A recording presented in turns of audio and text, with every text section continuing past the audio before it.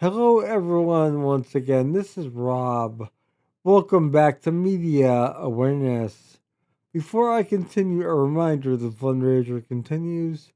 For those of you new to my channel or unaware, I am a disabled individual and I use a motorized wheelchair slash scooter all day, every day for my independence, and I need your help.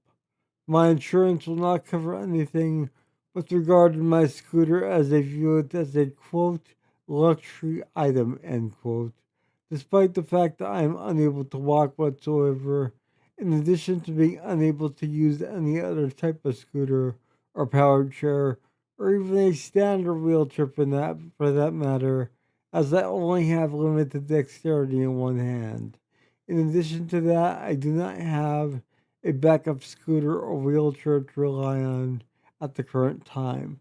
So if my scooter should malfunction as it did in the past, I will yet again be a fish out of water, a scenario I want to avoid at all costs. In addition to that, my wheelchair van has ceased functioning and I need my independence to be reliable. Therefore, it is crucial that I meet the goals that I have in mind. The scooter itself is in need of ongoing refurbishing, and I also plan on purchasing a brand new scooter to use moment to moment, day to day, every day, with my existing model completely refurbished, waiting in the wings to be used at a moment's notice if necessary, when necessary. Also, having the ability to go wherever I need to go in my own vehicle would be an ideal situation at the current time and in the future. So, a new wheelchair van is definitely a must as well. So, please do what you can. I would greatly appreciate anything that you can contribute. I do want to extend a gracious thanks to those who have contributed thus far, in addition to those who plan on contributing, as your contributions have and will make a world of difference in my life. Thank you all. I love you all. If you're not yet subscribed to Media Awareness, my channel, please consider subscribing and becoming part of the Media Awareness family. I'd love to have you. Also, if you do subscribe, be sure to click the bell icon. That way, you'll be notified whenever I upload a new video, much like this one. So, this is an album review of The Heavy Heavy, one of a kind, their debut album. They also had an EP out prior to this, but this is the full length debut album, and this was graciously provided to me by my friend Lee in the UK, who reached out via the Amazon Media Awareness wish list link below.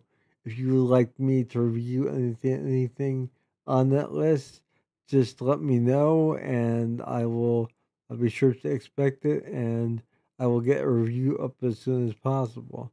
I've had this for a few weeks now, and I've been listening to it quite religiously, I suppose, um, consistently and religiously. It's really an album with an infectious quality to it. Um, and I'm going to go through the tracks and talk a little bit more about this album as a whole. But the Heavy Heavy themselves consist of Georgie Fuller and William Turner.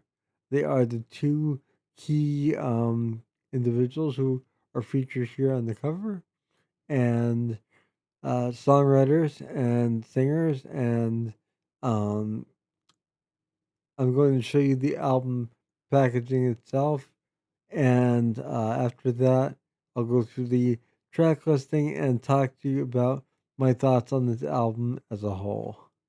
So, this is the cover, quite obviously. I'll show a close up.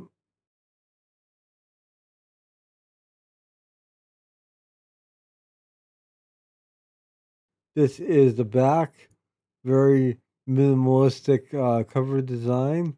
Really works well. And the track listing and associated credits are on here.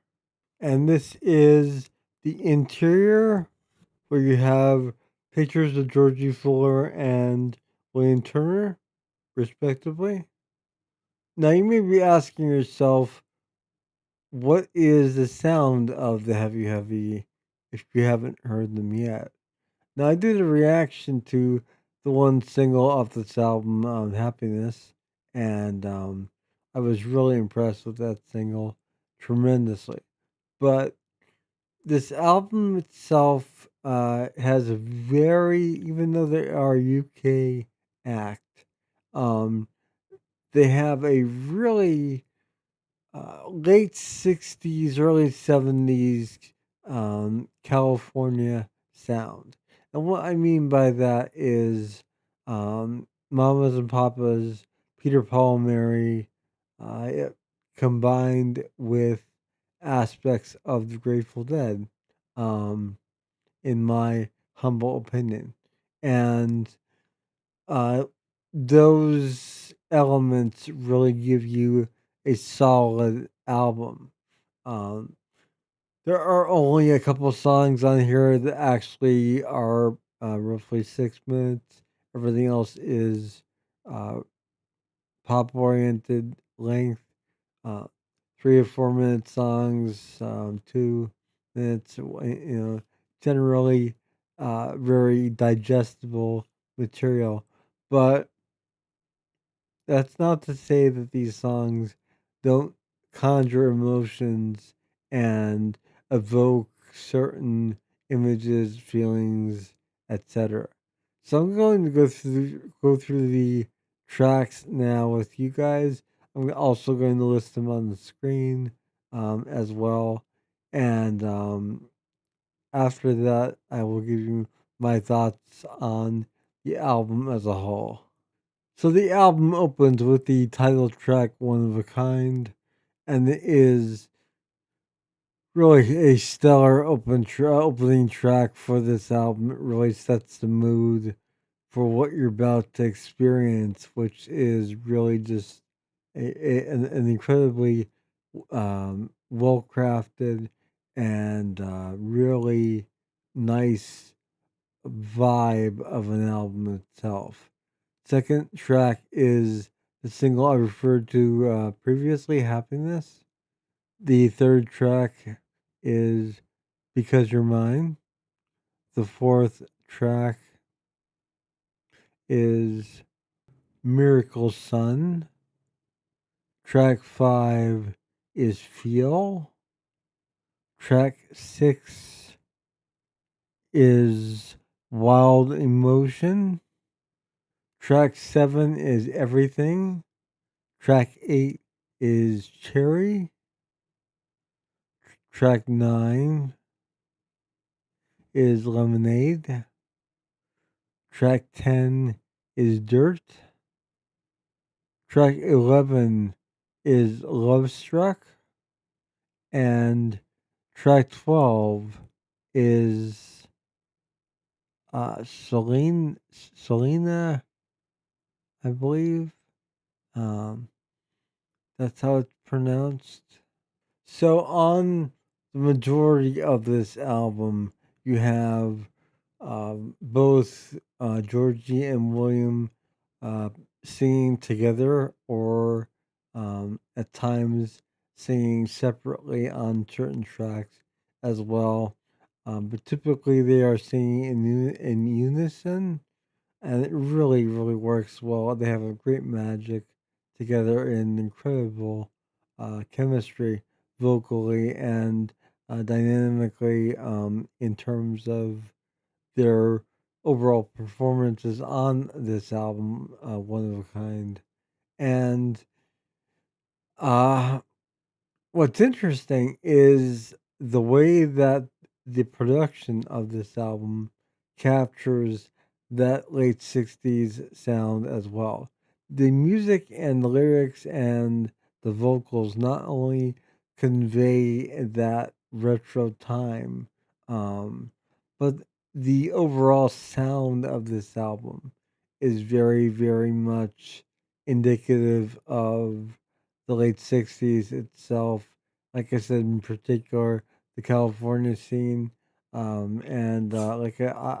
was trying to think of who they sounded like. So I finally arrived at a combination of Mamas and Papas, Peter Paul, Mary, The Grateful Dead. I'm even going to throw in Buckingham Nicks into that mix as well. Buckingham Nicks, of course, Lindsey Buckingham and Stevie Nicks of Fleetwood Mac, whose debut album was remarkable. I did a review of that last year. It's finally available on CD and in mass formats, vinyl, MP3, and it is an album to be truly enjoyed. But I digressed. There was obviously an influence there as well, because they were very much influenced by that California scene when they were recording the Buckingham Nicks album, to my knowledge. This album has a lot of those qualities in terms of the chemistry between Georgie and William, but it also has uh, this feel to it that is very, very much more associated with the late 60s and early 70s, but more so the late 60s, the flower power era, and um, that whole scene of um, just joy and happiness, like the single says. And I was really, really impressed with the track Happiness. I was blown away by it, actually. And my friend Lee in the UK had suggested I do a reaction to Happiness, and I was beyond impressed. But what I found in listening to this album is if there is any if there is any weak track on this album as a whole, it is Happiness. It's probably the weakest track on this album, and that's not saying it's weak because it's not. It's just the other songs really eclipse Happiness quite profoundly, and they really, really capture a sound that is sort of timeless, I want to say. Um, I know I said it's retro, but at the same by the same token, it's what comes around goes around, musically speaking, and in life in general.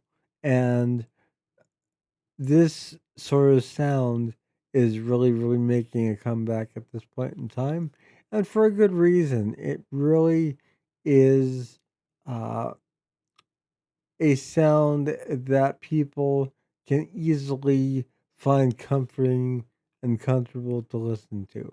It's not overproduced. If anything, it's underproduced purposely to give you that natural quality of the late 60s. Basically using, I'm going to assume they used a lot of um, uh, time period accurate mics and amps and various other equipment. There wasn't any um, uh, uh, equipment specifically mentioned that I could find in the liner notes in here. Um, I had a friend help me go through them, and there wasn't really anything other than the lyrics themselves. But it does very much sound like they're using 60s and 70s equipment to record this with. And it delivers a really raw yet polished sound and a really tight performance by all um, individuals in terms of musicians. The vocals are really captivating, and to be honest, and the captivating nature of both um, Georgie and William collectively really give this album uh, an amazing feel. They have such incredible voices, and when they sing in unison, it is magic. And I highly recommend the Heavy Heavy One of a Kind. And this album is available now wherever music is sold in your choice of formats. And I hope that that this album review was helpful to you, the viewer. And as I said previously, if you'd like me to review anything in particular, let me know. If it's not on the Amazon Media or in this wish list, I will check it out, leave it in the comment section, and I'll see what I could do about getting a review of it up here on the channel. Um, Once again, special thanks to Lee for having this in my hand. Is a CD that I'm proud to own. And I think if you're a fan of music in general, you should really have this album. It has the aspects of um, feeling that I think we all need right now in 2026 on a global scale. So do yourself a favor, get this album, listen to it, and be happy. This is Rob with Media Awareness, and I will see you all again soon. Have a wonderful morning, noon, or night wherever you are. Take care. Bye.